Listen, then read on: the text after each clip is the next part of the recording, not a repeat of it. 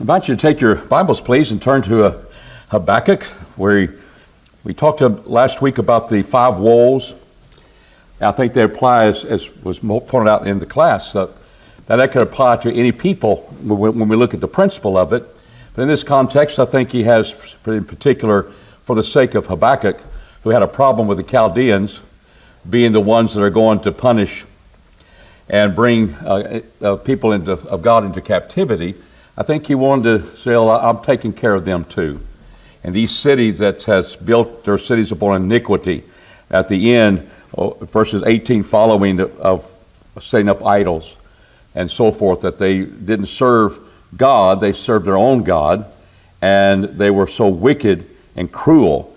Verse 12, you buildeth a tower with blood and establish a city on iniquity. That were the Chaldeans. And so he's going to bring them down. He's bringing the Jews down with Babylon. And God ends up being sovereign, doesn't he? But at the moment of time, Habakkuk doesn't think he's sovereign. How come you're letting this happen, the sin happen in Judah? So we saw that in the first chapter. So we need to wait before we judge God and say, well, there is no God.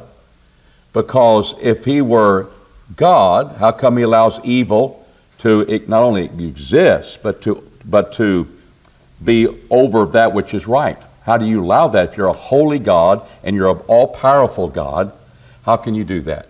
And so a lot of people use that argument to say there is no God, but it's faulty. And from the Bible, from God's perspective, he revealed his mind to us.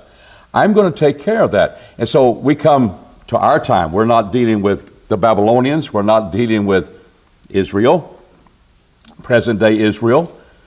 We're dealing with the devil. We're dealing with our lives under the gospel of Christ. And does God still allow evil to take place?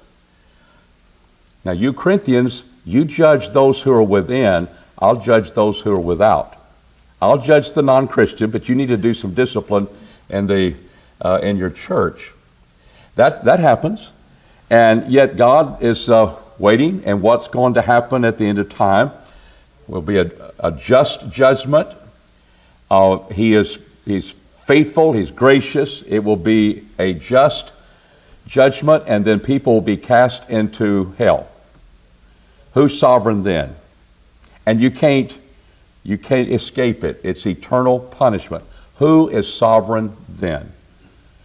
And everyone that didn't live their life for God and denied God and didn't live for God, you'll find the sovereignty of God is there. He does exist. He does exactly what he says he will do. Now, God doesn't make any apologies. I'm being apologetic. I'm trying to give forth the evidence, but he doesn't waste time trying to defend himself. Why? In Scripture, he's God. He doesn't have to. We need to kind of mold ourselves into thinking, here he is, and he starts off the Bible. In the beginning, God created the heavens and earth. We need some evidence for that. That's the very beginning of time, and we need to kind of work on that.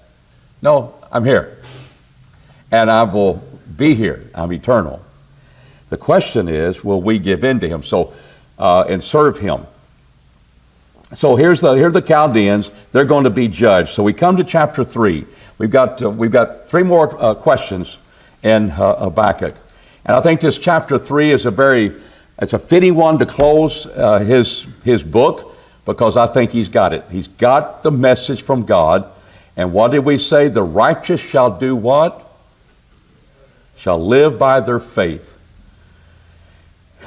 And we can apply that to the spiritual realm. I will be justified from my sins. I'll live by faith in Jesus Christ. Or I'm living by faith in Jesus Christ in my life. It goes both ways. And I think it does for Habakkuk.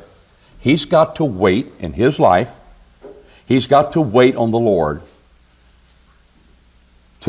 as he goes through, if he went through all of it, 70 years of Babylonian captivity. And then the Chaldeans conquered by the Medo-Persians. That's going to be more time, but God's promise still happened, and that's exactly what takes place. So he has to wait. I'm watching at my watchtower. I'm arguing with God. How come you can allow the Chaldeans who are more or evil than we are to conquer us.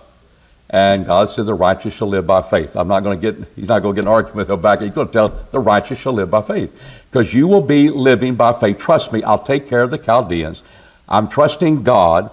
And now I have to endure the pain that's coming on my people. Chapter 3, is it a prayer or is it a song?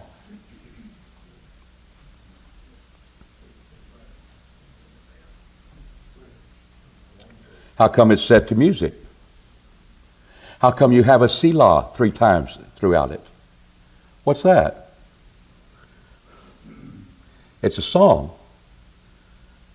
More love to thee. That's a prayer, petition. That's a song we sing. We address God. And so the Bible says it's a prayer of Habakkuk. He's petitioning God. He's speaking to God. But you'll see he glorifies God. He asks God for a special blessing because he's now walking by faith. And it's all about God and his relationship to God. But it is a prayer set to Shigionoth. What is that? Well, that's kind of the Hebrew thing. I'll tell you what it means. It means a man drunken, reeling, staggering because he's drunk. Is that what we're going to do with a holy song, a holy prayer? But why would he be reeling? Why would he be overcome and unsteady? At this point of his talking to God and God talking to him. He knows what's going to happen, but what's going to happen to Jerusalem? What's going to happen to his people? It is staggering.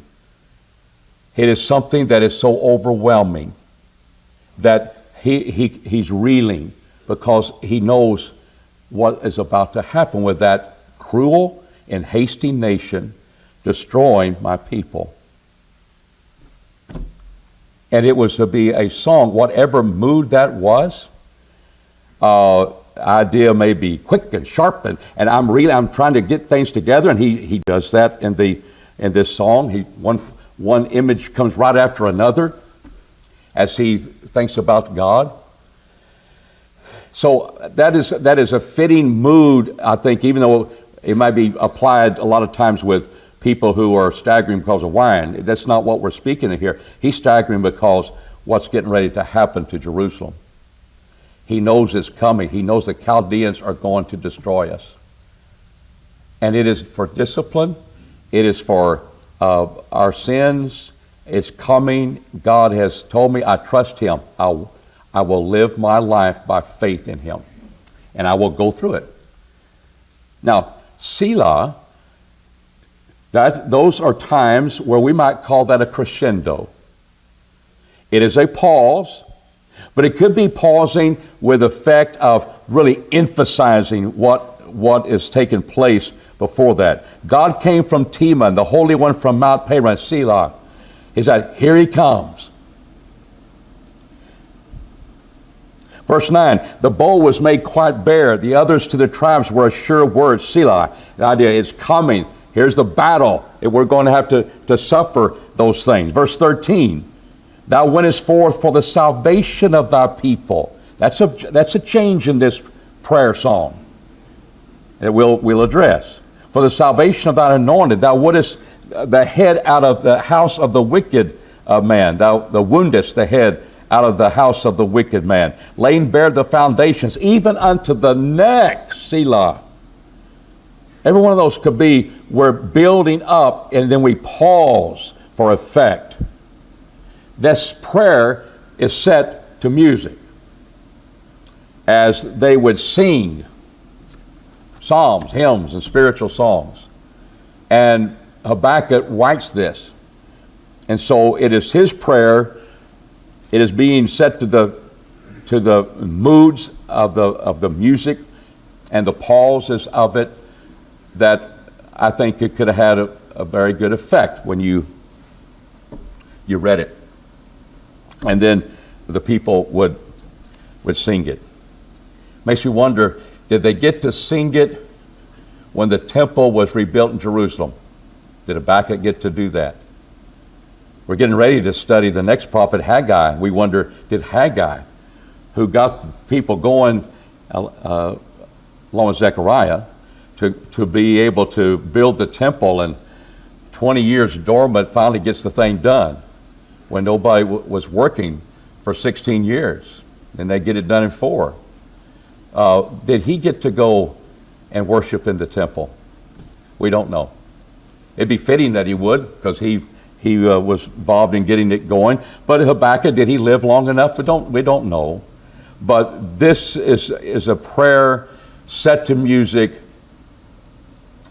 and to be sung, and it is a picture of a man reeling because he's got to walk by faith and trust God. I got to go through this, and then I know it will be fine. Now let's see if that's not the case when we read these first few verses. A prayer of Habakkuk the prophet said to Shigionoth, O Jehovah, I've heard the report of thee, and I am what? Seem stagger? I do. I am what? I'm afraid.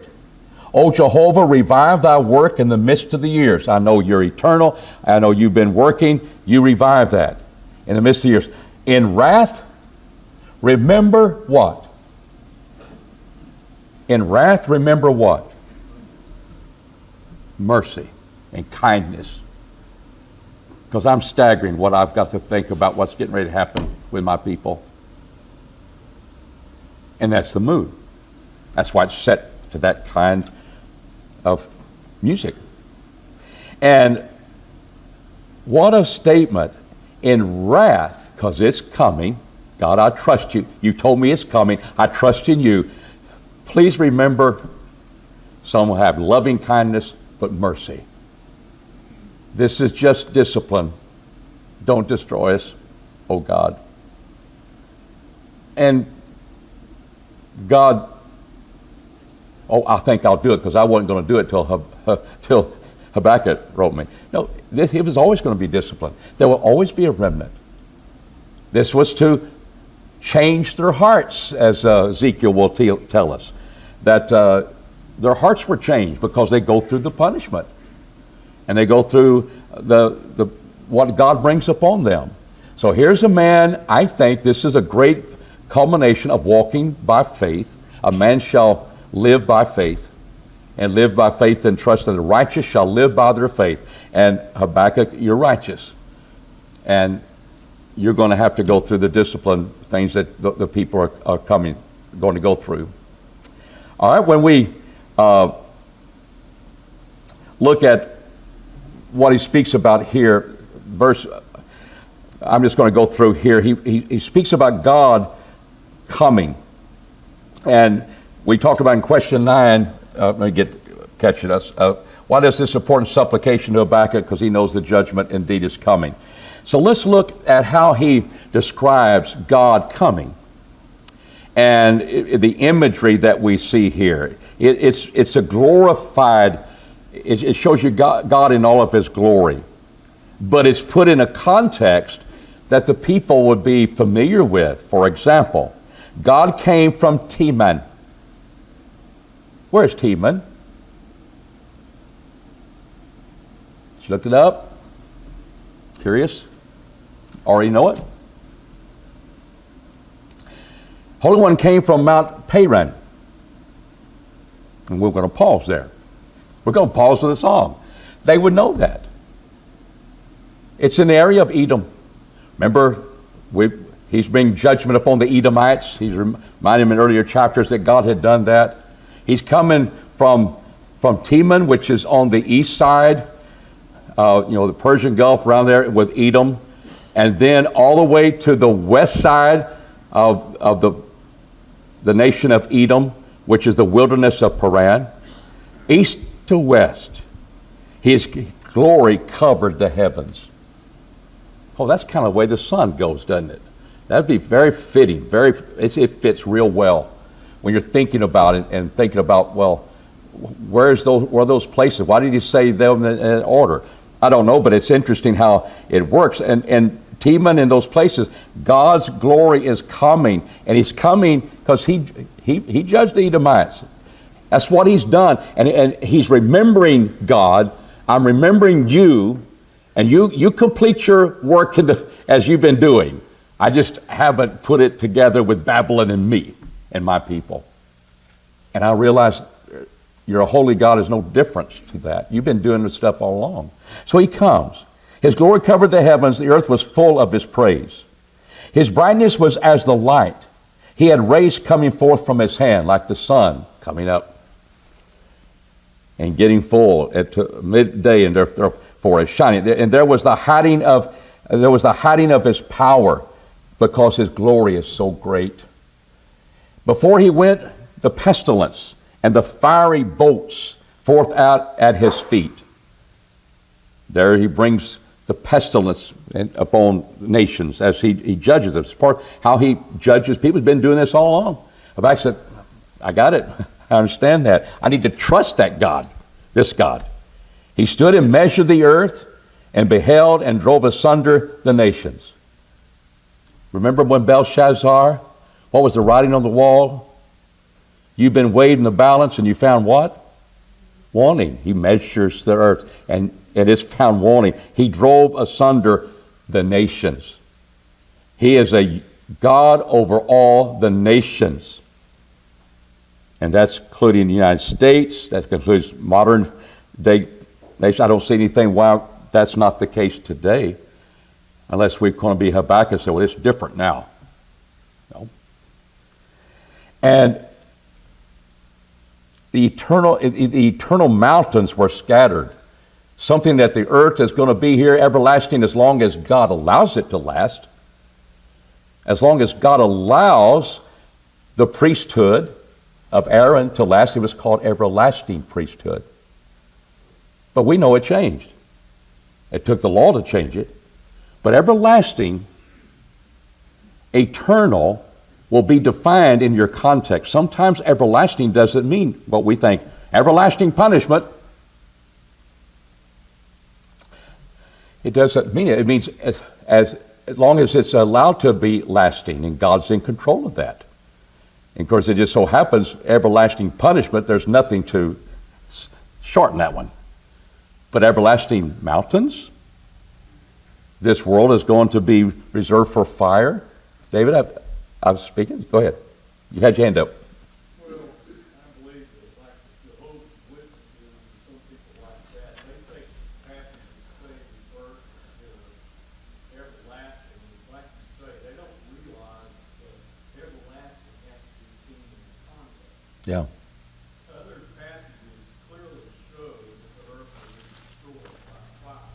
Second Peter 3 makes that abundantly clear that even the elements, that everything in this universe is made of, are melted. But how on earth can anything survive that? That's just impossible. And that's a good point. I'll give you a passage for us to think about. This is what Homer Haley used as his proof that it's not everlasting punishment. And it's found in Jude. Let's see if I can find that. I'll bring it up, and I can't find it here. Where Sodom, and maybe it's 2 Peter, but it's the idea of everlasting fire. That's kind of what we talk about.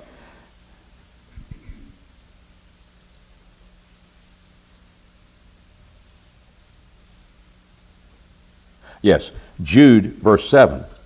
And this is, I'll pause there. So you bring that up with the Jehovah's Witnesses and so forth.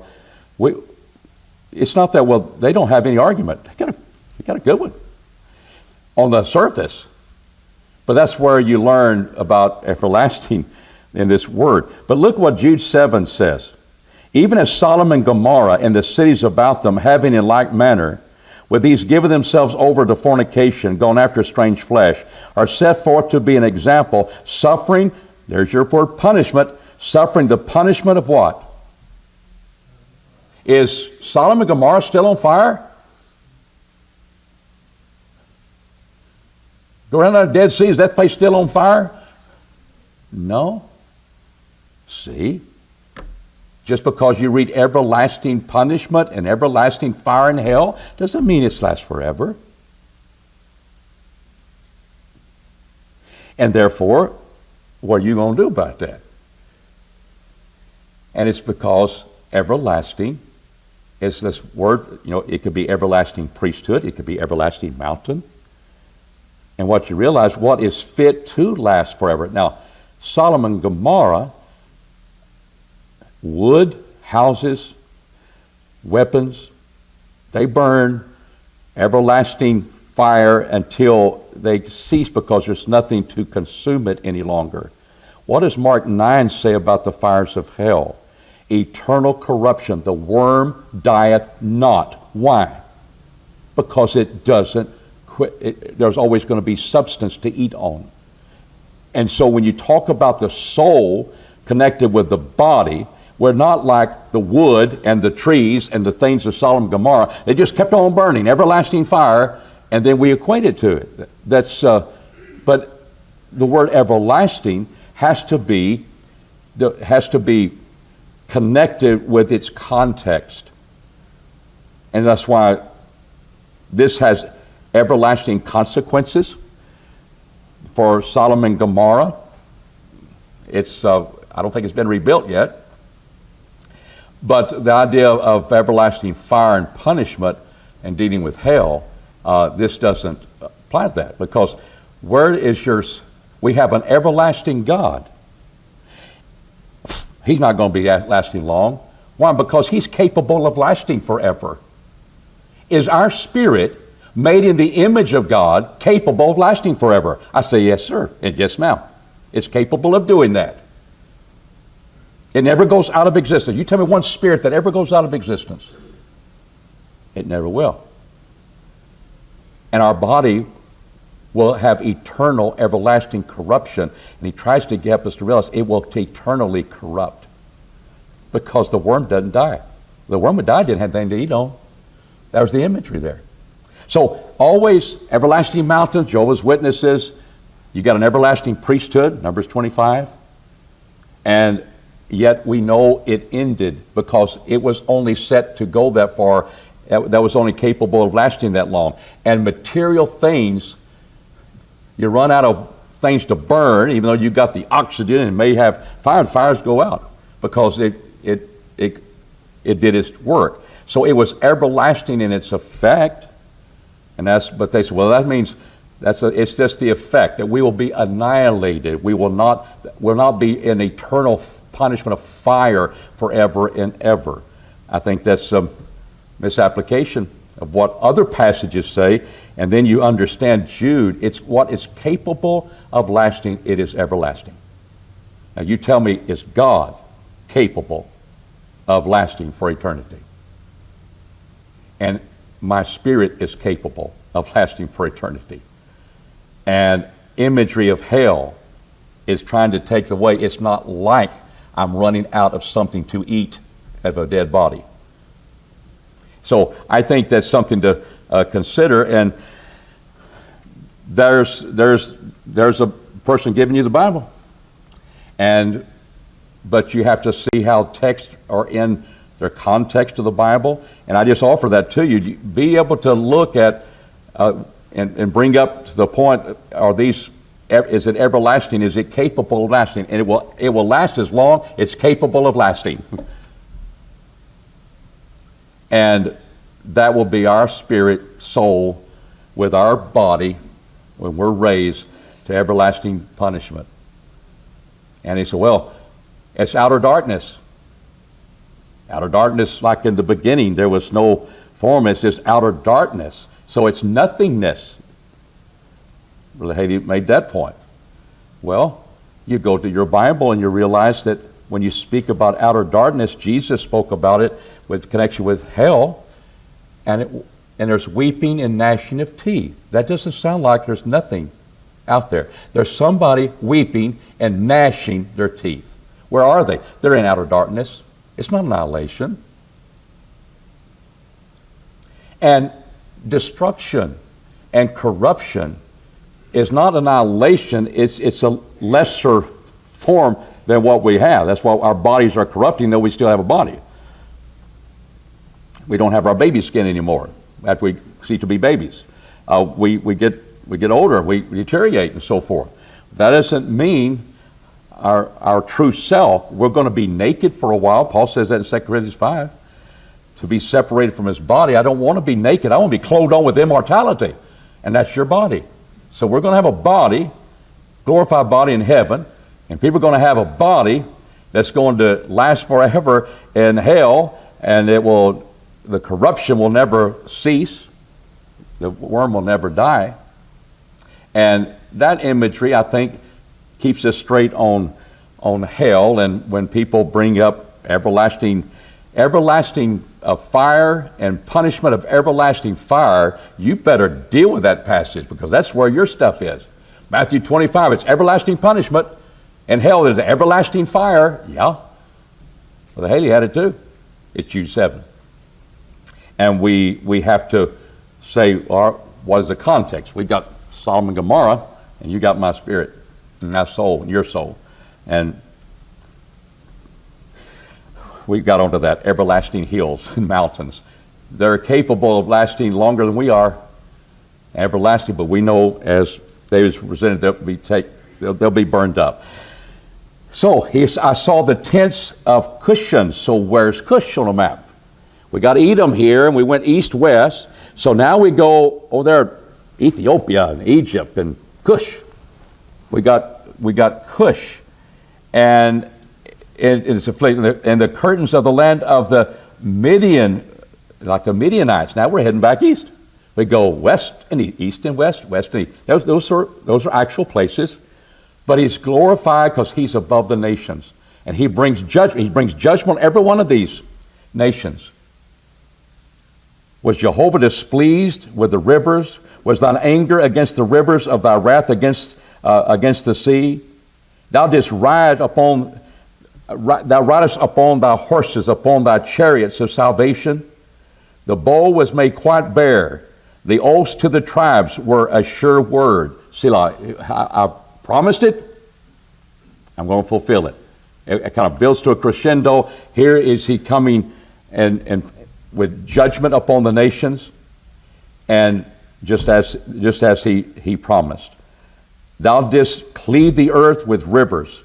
The mountains of thee were afraid. The tempest of waters passed by. The deep uttered its voice. It lifted up its hands on high. Waters, upheaval waters. And so he's in control of all the nature. The sun and the moon stood still in their habitation. So, we have the Jordan River, have the Red Sea. You can tell it, but is this a historical point too? When did the sun and the moon, we know it, sun stood still. Sun and moon stood still in their habitation. They didn't move. We have that in the Bible. Yeah, Ajalon Valley, west of Jerusalem, Gibeon. What a remarkable time. And it hasn't been since, as far as we know. NASA tried to prove years ago that they could prove scientifically that the sun had stood still, but we found that was not true. Science out there, it can be disproven. But I believe the Bible is true. It happened in order for their enemy to be fully destroyed. And the light of thine arrows as they went, as the shining of thy glittering spear. So he's been doing this type of work before, and he just brings it to his own attention of his readers, attention of the singers, of what's happening. Thou didst march through the land in indignation. Thou didst thresh the nations in anger. You've done that. You're going to do it to my people. You're going to do it to the Chaldeans when you're through with them. I understand that. The righteous don't have to have everything explained to them, God. We just need, maybe look at our history. I just want you in your wrath remember mercy. That's his petition. Now, in verses 13 through 15, here's the question. What does Habakkuk remember? What does he remember in chapter 3 and verse 13? We've seen his indignation. We've seen his fury. How does he switch now? What are we seeing now? You see the word salvation there?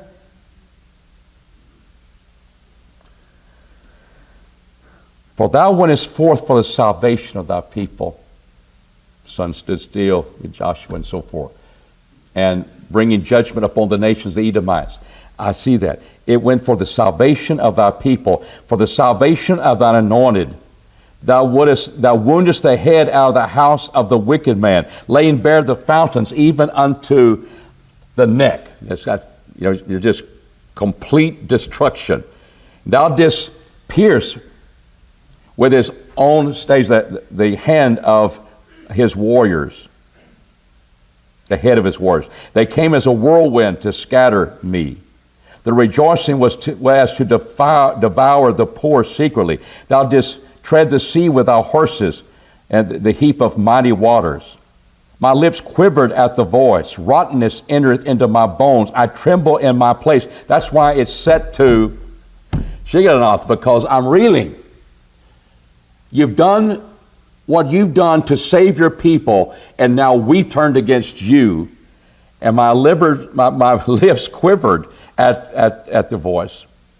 That here is the same God that used his power over the nations to save us.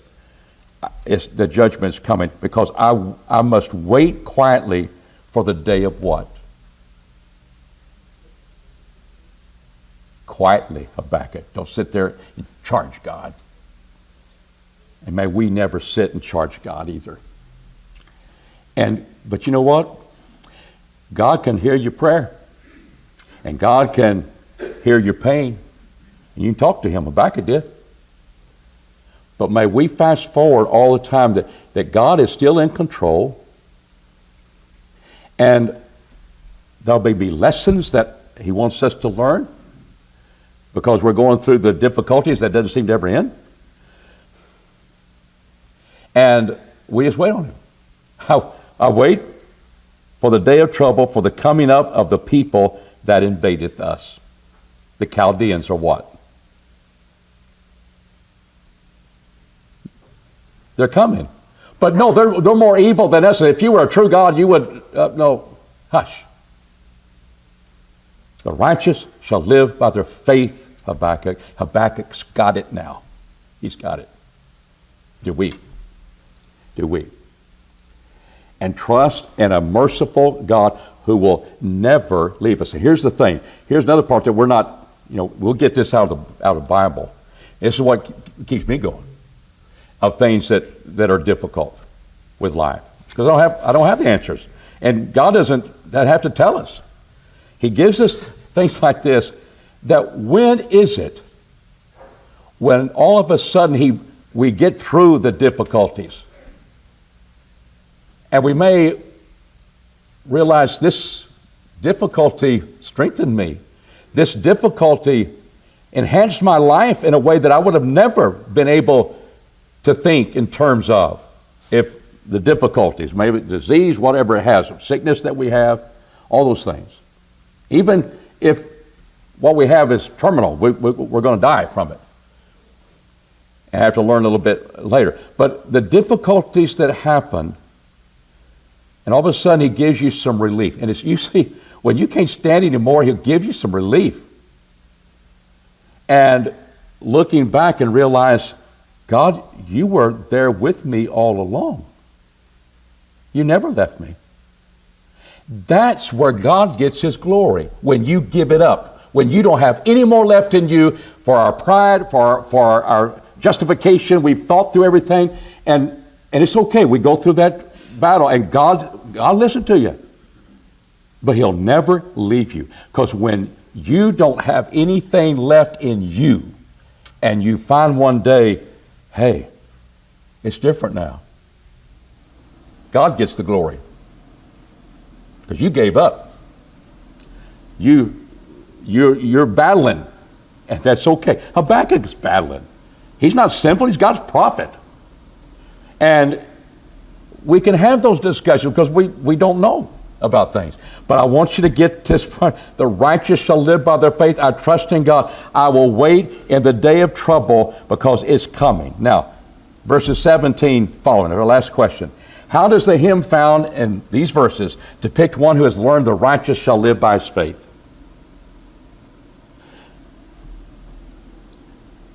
What do you read in verse 17 through 19? I will have more children than I ever had, Job will find out. Job blessed his latter end more than the beginning. That's what's going to happen. It's going to be great. I'm going to see that God indeed was great because I'm being blessed. Is that what we see in verses 17 following? Let me read it with you. For though the fig tree shall not flourish, neither shall the fruit be to the vines. The labor of the olive shall fall, and the field shall yield no food. The flock shall be cut off from the fold, and there shall be no herd in the stalls. Yet will I rejoice in Jehovah. What? You're waiting for Babylon to come to you, and here you're going to go through this, and you're going to rejoice in Jehovah? That's exactly what I'm going to do, Habakkuk says. He's not lying. Inspired word. Jehovah the Lord is my what? Strength. How did you get through what you went through? God. He never leaves you. You're my strength.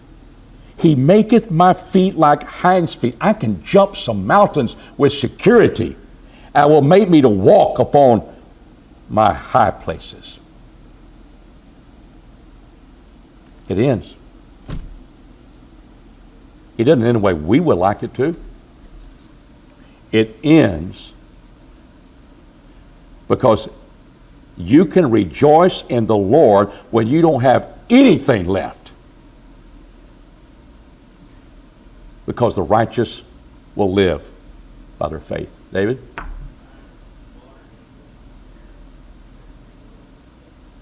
Let's say it again.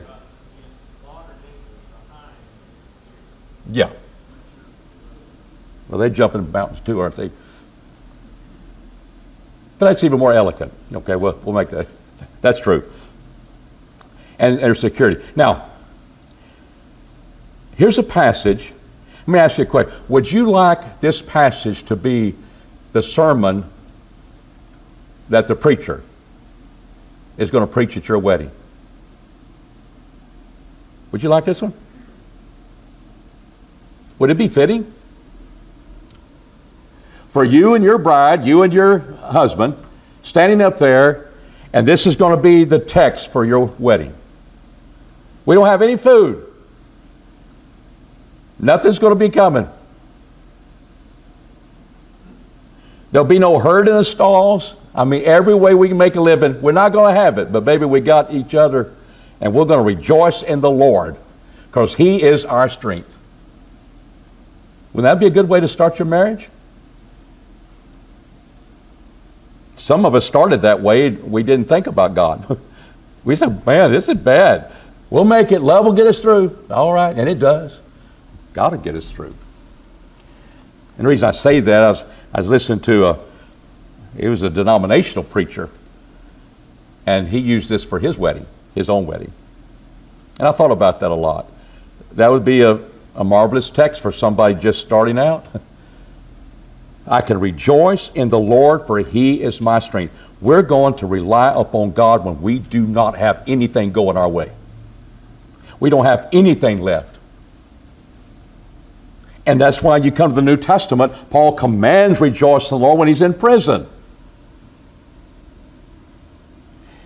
That's why in Hebrews 10, you can take away my possessions and I rejoice because I have a better possession and an abiding one, by the way, than anything in this life. Whether it's our own life, our own possessions, our own riches, whatever we accumulate in life, you can take that away from the person that is righteous before God, right standard with Him, because hell and heaven are real and end of life can come right now. We always want to be ready. But the righteous shall live by their faith. That's not, well, I'm righteous because I'm living by faith and trusting in God to save me from my sins through Christ. That's true. But Habakkuk's had to live life. And he does. You and I have to live life.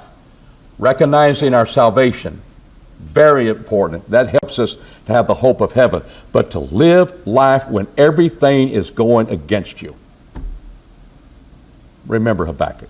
I think it'll help you. It'll help you remain faithful to God. It'll help you to remain in the context where God preserved this book, and Habakkuk spent 2 chapters arguing with God about the way things are going. And then, chapter 3, he's got it. And I hope we can get that too. And it'll help us through the difficult things in life. Thank you. Next week, next one we'll deal with Haggai. That ought to be number 9. So we'll be in Haggai lesson 10. It's back there for you. Thank you.